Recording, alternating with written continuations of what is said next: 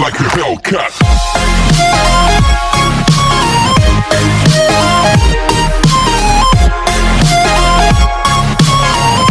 Hello, welcome to JobysStoryWorld.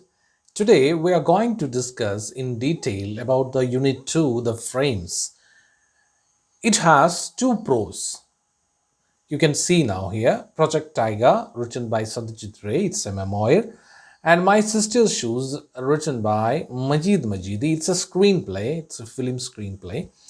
And there is a song, Blowing in the Beat by Bob Dylan, an famous American singer who got the Nobel Prize recently.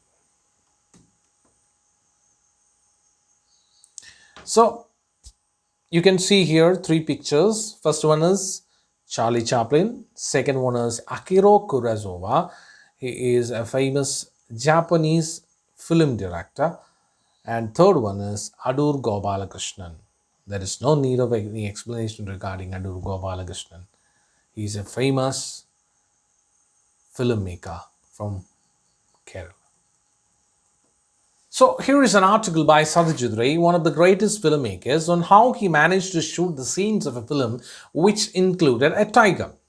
അപ്പോൾ ഒരു ടൈഗറിനെ ഉപയോഗിച്ചുകൊണ്ട് ഒരു cinema എങ്ങനെ shoot ചെയ്തു എന്നുള്ളതാണ് നമ്മൾ കാണുവാനായിട്ട് പോകുന്നത്.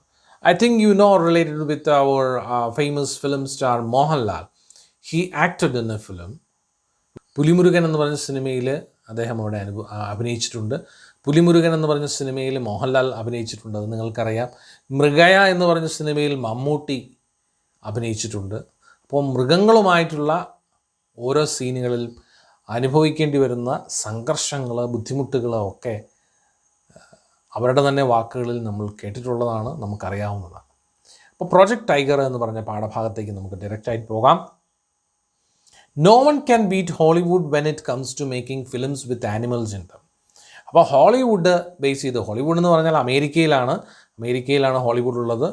ഇംഗ്ലീഷ് സിനിമകൾ നിർമ്മിക്കുന്ന സിനിമകൾക്ക് വേണ്ടിയിട്ടുള്ള പ്രത്യേകമായ സ്റ്റുഡിയോകളും സജ്ജീകരണങ്ങളും ഒക്കെയുള്ള സ്ഥലമാണ് ഹോളിവുഡ് എന്ന് പറയുന്നത്. ഷൂട്ടിംഗ് ലൊക്കേഷനുകൾ ഇഷ്ടം പോലെയുള്ളൊരു സ്ഥലമാണ്.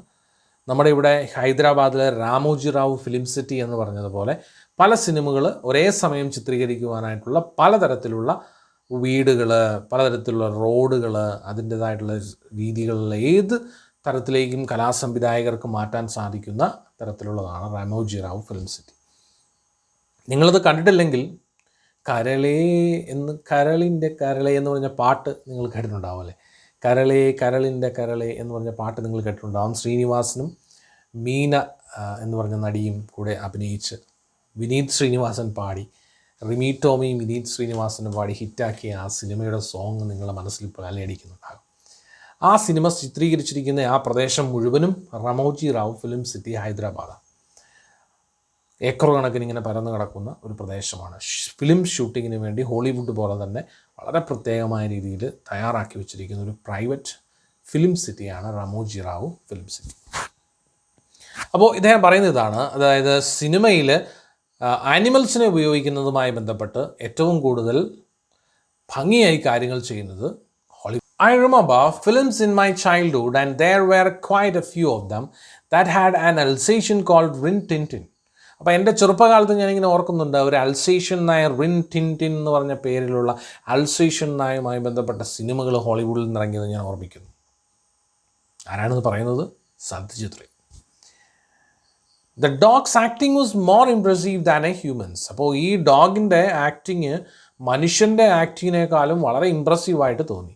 Later we got to see 3 or 4 other films with a collie called Lassie.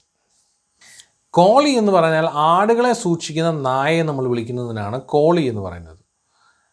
Collie called Lassie, it seemed that the director could make Lassie do just about anything. These trained dogs were famous stars in their own rights. അപ്പോൾ അവരുടേതായ മേഖലകളിൽ ഈ dogs വളരെ പ്രശസ്തരാണ്. And the money they earned was no less than what a real film star got. അപ്പോൾ യഥാർത്ഥത്തിലുള്ള cinema താരങ്ങൾക്ക് കിട്ടുന്ന അത്രയും തുക തന്നെ ഇവർക്കും കൊടുക്കും. Their owners could easily make as much as 100,000 rupees from just one film. ഒരു സിനിമയിൽ നിന്ന് തന്നെ വളരെ നല്ലൊരു തുക ഇതിൻ്റെ ഓണേഴ്സിന് കിട്ടും. I realized how reverently these animal actors were treated when I happened to see the shooting of a film 20 years ago in Disney studio in Hollywood. അപ്പോൾ ഹോളിവുഡിൽ ഞാൻ 20 വർഷങ്ങൾക്ക് മുമ്പ് പോയപ്പോൾ അവിടെ വെച്ച് ഞാനൊരു സിനിമ ഷൂട്ടിംഗ് കണ്ടു. ആനിമൽസിനെ ഉപയോഗിക്കുന്നതാണ് ആ സിനിമ. അതെങ്ങനെയായിരുന്നു എന്നാണ് അദ്ദേഹം വിവരിക്കുന്നത്. The main characters in this film was a large dog.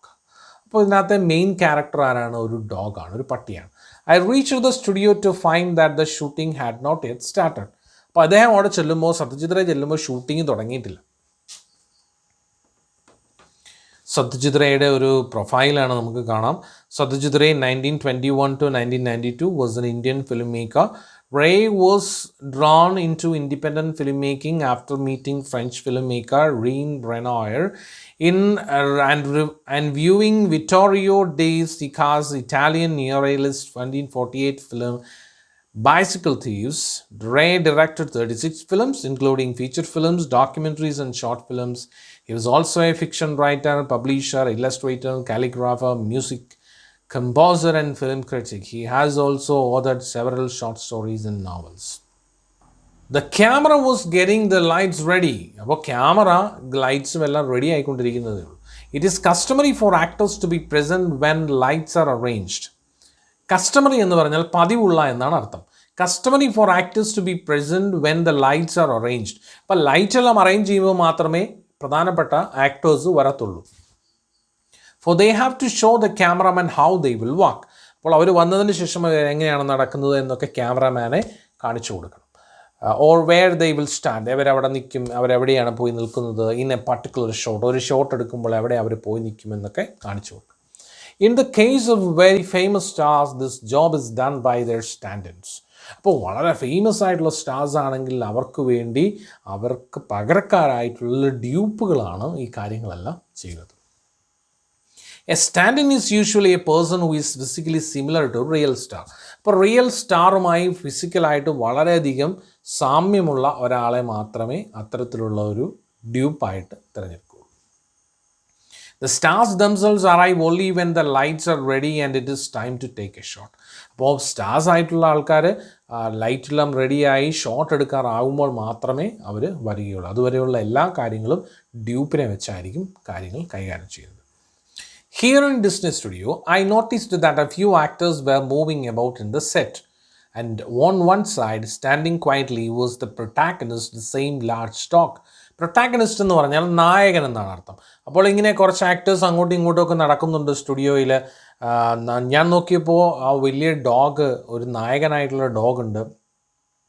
The cameraman shouted to everyone to take their positions. അപ്പോൾ ക്യാമറാമാന് എല്ലാവരോടും ഷൗട്ട് ചെയ്ത് എല്ലാവരും അവരവരുടെ പൊസിഷൻ എടുക്കുവാനായിട്ട് പറഞ്ഞു.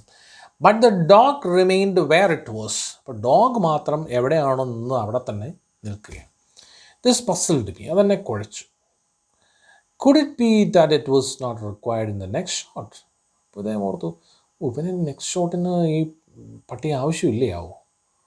Before I could ask someone a strange thing happen. ആരോടെങ്കിലും ചോദിക്കുന്നതിന് മുമ്പ് അത്ഭുതകരമായ ഒരു കാര്യം സംഭവിച്ചു. From nowhere appeared a little dwarf. ഒരു പൊക്കം കുറഞ്ഞ ആൾ എവിടെ നിന്നോ കടന്നു വന്നു. Followed by another man carrying a hairy dog skin. അപ്പോൾ ഒരു ഡോഗിൻ്റെ ഒരു സ്കിന്ന്, പട്ടിയുടെ കൂടെയുള്ള ഒരു സ്കിന്ന് ഉള്ള ഒരു കവറിങ് കൊണ്ടുവന്ന് ആ ഡോഗ് സ്കിന്നും കൊണ്ട് വരികയാണ്. Then to my perfect amazement, എന്നെ അത്ഭുതപ്പെടുത്തിക്കൊണ്ട്, the dwarf went down on all the fours on chalk mark. അപ്പോൾ ഒരു ചോക്ക് മാർക്ക് അവിടെ വരച്ചു വെച്ചിട്ടുണ്ട്. അവിടെ ഈ പട്ടിയുടെ സ്കിന്ന് ആ ഡ്വാർഫ്, ആ പൊക്കം കുറഞ്ഞയാൾ ഇട്ടതിന് ശേഷം 4 കാലിൽ, ഈ മനുഷ്യൻ 4 കാലിൽ പട്ടി നിൽക്കുന്ന പോലെ നിൽക്കുക. ജസ്റ്റ് ലൈക്ക് ആൻ ആനിമൽ, ആനിമലിനെ പോലെ തന്നെ നിൽക്കുകയാണ്. And the dog skin was draped. അപ്പോൾ ഡോഗ് സ്കിന്ന് ഇവൻ്റെ മേത്ത് മുഴുവനും പൊതിഞ്ഞിരിക്കുകയാണ്. ദെൻ ഈ ക്രോൾഡ്, അവനിങ്ങനെ എഴിഞ്ഞെഴിഞ്ഞ് പോവുകയാണ്. From one mark to another, ഒരു മാർക്കിൽ നിന്ന് അടുത്ത മാർക്കിങ്ങിലേക്ക് ഇങ്ങനെ കടന്നു പോവുകയാണ്. And the cameraman got busy with the lights. ക്യാമറാമാന് ലൈറ്റപ്പ് ചെയ്യുന്നതിൽ വളരെ ബിസിയാണ്. It finally dawned upon me that this dwarf was paid to be dog stand-in. അപ്പോൾ എനിക്ക് ഇപ്പോഴാണ് കാര്യം മനസ്സിലായത്. ഇപ്പോഴാണ് എനിക്ക് ബോധ്യപ്പെട്ടത്. ഡോണ്ട് എന്ന് പറഞ്ഞാൽ ബോധ്യപ്പെടുക, കാര്യം മനസ്സിലാക്കുക അല്ലെങ്കിൽ ബോധ്യപ്പെടുക എന്നാണ് അർത്ഥം. Dawned upon me that this dwarf was paid to be the dog stand in. അപ്പോൾ ഡോഗ്സിന് വേണ്ടി, ഈ ഡോഗിന് വേണ്ടി, നായകനായ ഈ പട്ടിക്ക് വേണ്ടി ഡ്യൂപ്പായിട്ട് വർക്ക് ചെയ്യുന്ന ആളാണ് ഈ ഒരു പൊക്കം കുറഞ്ഞ, ഉയരം കുറഞ്ഞ ഈ മനുഷ്യൻ. Every animal in A Hollywood film is well trained. അപ്പോൾ ഈ ഹോളിവുഡിലുള്ള എവറി ആനിമലും, എല്ലാ ആനിമൽസും എന്താണ്, നല്ല ട്രെയിനിങ് ഉള്ളവരാണ്. It is not difficult to train a horse or a dog. ഒരു ഹോഴ്സിനെയോ ഒരു ഡോഗിനെയോ ഒക്കെ ട്രെയിൻ ചെയ്യിക്കുന്നത് ബുദ്ധിമുട്ടുള്ള കാര്യമല്ല. But have you ever heard of a training ravens? മലങ്കാക്കകളെ ട്രെയിൻ ചെയ്യിപ്പിക്കാനായിട്ട് സാധിക്കുമോ? അതും ഒരെണ്ണത്തിനെയല്ല, കുറേ എണ്ണത്തിന്. Not just 1 or 2 but nearly 100 of them. 100 കണക്കിന് മലങ്കാക്കകളെ നിങ്ങൾക്ക് ട്രെയിൻ ചെയ്യിപ്പിക്കാൻ സാധിക്കുമോ?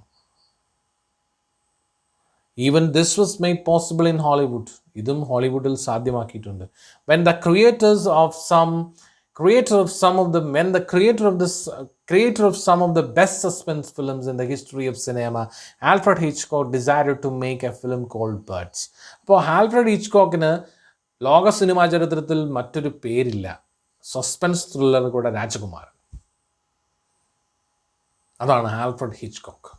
അദ്ദേഹം ഒരു ബേർഡ്സ് എന്ന് പറഞ്ഞൊരു സിനിമ എടുക്കുവാനായിട്ട് തീരുമാനിച്ചു. ലോകത്തുള്ള എല്ലാ പക്ഷികളും കൂടി മനുഷ്യരെ ആക്രമിക്കാൻ വരുന്നതാണ് അതിൻ്റെ തീം. അത് ചിത്രീകരിക്കുവാനായിട്ട് തീരുമാനിച്ചപ്പോൾ അദ്ദേഹത്തിന് മുമ്പിലുള്ള ഏറ്റവും വലിയ പ്രശ്നം നിരവധി മലങ്കാക്കകളെയും നിരവധി പക്ഷികളെയും അദ്ദേഹത്തിന് ആവശ്യമുണ്ട് എന്നുള്ളതായിരുന്നു. In the story, birds from all over the world started attacking humans. അപ്പോൾ Hitchcock needed a variety of birds, but what was required in the largest number were ravens. Notices were placed in the press all over the United States, asking people to contact the filmmaker if they knew how to get hold of trained ravens. അപ്പോൾ trained റാവൻസിനെ ആർക്കെങ്കിലും ഉണ്ടെങ്കിൽ, നല്ല മലങ്കാക്കളെ train ചെയ്യിച്ച് കൊണ്ടുവന്നിട്ടുണ്ടെങ്കിൽ, അല്ലെങ്കിൽ നിങ്ങൾ പരിപാലിക്കുന്നുണ്ടെങ്കിൽ തീർച്ചയായും നിങ്ങൾ എന്നെ contact ചെയ്യൂ എന്ന് പറഞ്ഞ ആൽഫ്രഡ് ഹിച്ച്കോക്ക് അവിടെയുള്ള യുണൈറ്റഡ് സ്റ്റേറ്റ്സിലുള്ള എല്ലാ പത്രത്തിലും പരസ്യം കൊടുത്തു. കുറച്ച് ദിവസത്തിനുള്ളിൽ തന്നെ ഒരാൾ റിപ്ലൈ തന്നു. He was asked to bring his birds. അദ്ദേഹത്തോട് ബേർഡ്സിനെ കൊണ്ടുവരാൻ പറഞ്ഞു. And he arrived with almost 100 trained ravens. 100 മലങ്കാക്കകളെയാണ് train ചെയ്യിച്ച് അദ്ദേഹം കൊണ്ടുവന്നത്. And he arrived with almost 100 trained ravens. Admittedly, their training had not gone very bad. That is to say, they could not do anything that might be seen as extraordinary. അപ്പോൾ അവർ വളരെ അത്ഭുതകരമായ കാര്യമൊന്നുമല്ല ചെയ്യുന്നത്. പക്ഷേ but if as many as 50 ravens are told to perch quietly in a row on a specified spot, and if they obey this command instantly, isn't that pretty impressive? അപ്പോൾ ഒരു 50 മലങ്കാക്കകളോട് ഒരു സ്ഥലത്ത് പോയി ചേക്കേറുക അല്ലെങ്കിൽ അവിടെ ഇരിക്കുക എന്ന് പറഞ്ഞാൽ അത് അനുസരിക്കുക വളരെ രസകരമല്ലേ? അതാണ് അവിടെ സംഭവിച്ചത്. 7th paragraph. Needless to say, in our own country it is not all easy to find trained animals. അപ്പോൾ നമ്മുടെ രാജ്യത്ത് ഇത് സാധ്യമായ ഒരു കാര്യമേ അല്ല. ഇത്തരത്തിൽ ട്രെയിൻഡ് ആയിട്ടുള്ള ആനിമൽസിനെ കിട്ടുക അത്ര എളുപ്പമല്ല. Although some films have been made in Bombay and Madras that involved working with elephants, horses and tigers. അപ്പോൾ ബോംബെയിലും മദ്രാസിലും ഒക്കെ സിനിമകൾ എടുക്കുമ്പോൾ അവിടെയൊക്കെ എലിഫൻസിനെയും ഹോഴ്സസിനെയും ടൈഗേഴ്സിനെയൊക്കെ ഉപയോഗിച്ചിട്ടുണ്ട്. Their performance did suggest that they were used to obeying commands. അപ്പോൾ അവർ ആ കമാൻഡ്സ് അനുസരിക്കുന്ന ഇത്തരത്തിലുള്ള മൃഗങ്ങളെ ഉപയോഗിച്ചിട്ടുണ്ട്. In Bengal, it is sometimes possible to find clever dogs. ഇപ്പോൾ ബംഗാളിൽ എടുത്തു കഴിഞ്ഞാൽ, പശ്ചിമ ബംഗാളിലെടുത്താൽ, അദ്ദേഹം പശ്ചിമ ബംഗാളുകാരനാണ്, അവിടെ എടുത്തു കഴിഞ്ഞാൽ, വെസ്റ്റ് ബംഗാളിൽ എടുത്തു കഴിഞ്ഞാൽ തീർച്ചയായും നായ്ക്കളെ കിട്ടാനുള്ള സാധ്യതയുണ്ട്. പർട്ടിക്കുലർലി പോലീസ് ഡോഗ്സിനെ കിട്ടാൻ ഇഷ്ടം പോലെയുണ്ട്. Which are quite intelligent. നല്ല ബുദ്ധിയുള്ള നായ്ക്കളാണ്. If one is prepared to be patient, it is not altogether impossible to get good performances out of them, as we managed to do with Bulo in Padar Panchali. If one is prepared to be patient, നമ്മൾ വളരെ ക്ഷമയുള്ള ആളാണെങ്കിൽ, it is not altogether impossible to get good performances out of them, as we managed to do with Bulo in Padar Panchali. Pather പഞ്ചാലിയിൽ ബുലോയിൽ നിന്ന് കിട്ടിയ അതേ ഭംഗിയായിട്ടുള്ള അഭിനയം ഇത്തരത്തിൽ നമുക്ക് ക്ഷമയുണ്ടെങ്കിൽ കിട്ടാനുള്ള സാധ്യതയും. I'm directly moving into the question and answer section, and then I will discuss when discussed. The questions are here. Do you know that the paragraph normally contains a topic in sentence in it?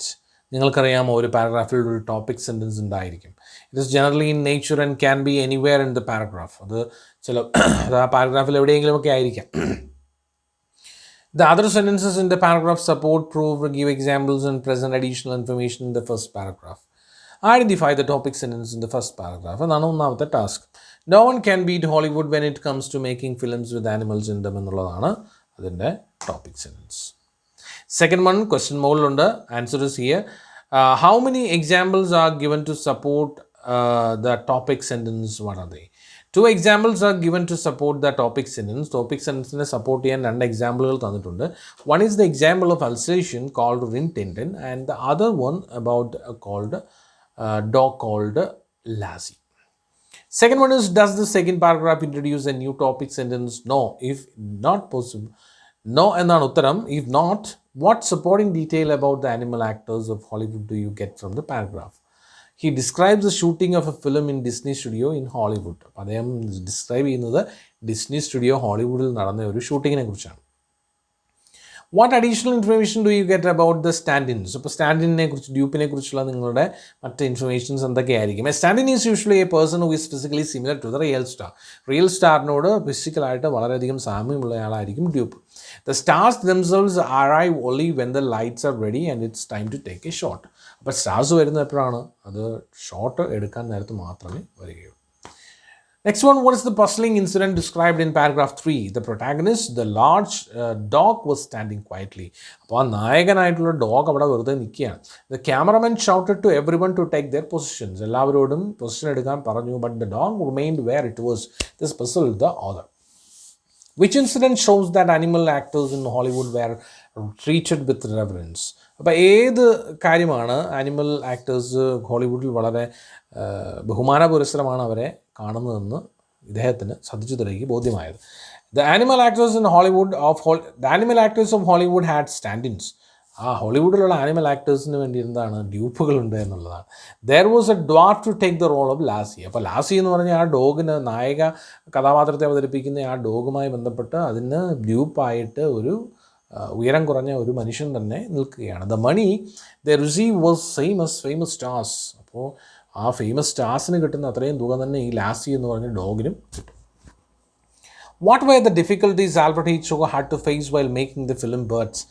Birds എന്ന് പറഞ്ഞ cinema എടുക്കുമ്പോൾ Alfred ഹിച്ച്കോക്കിന് മുമ്പിലുണ്ടായിരുന്ന ഏറ്റവും വലിയ പ്രശ്നം എന്തായിരുന്നു?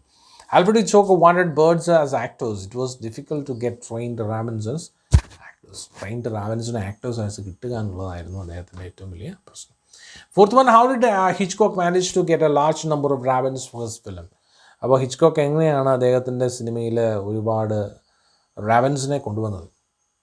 He gave notices in the newspapers all over the United States to get trained ravens. പത്രത്തിലെല്ലാം പരസ്യം കൊടുത്താണ് അദ്ദേഹം റാവൻസിനെ കിട്ടിയത്.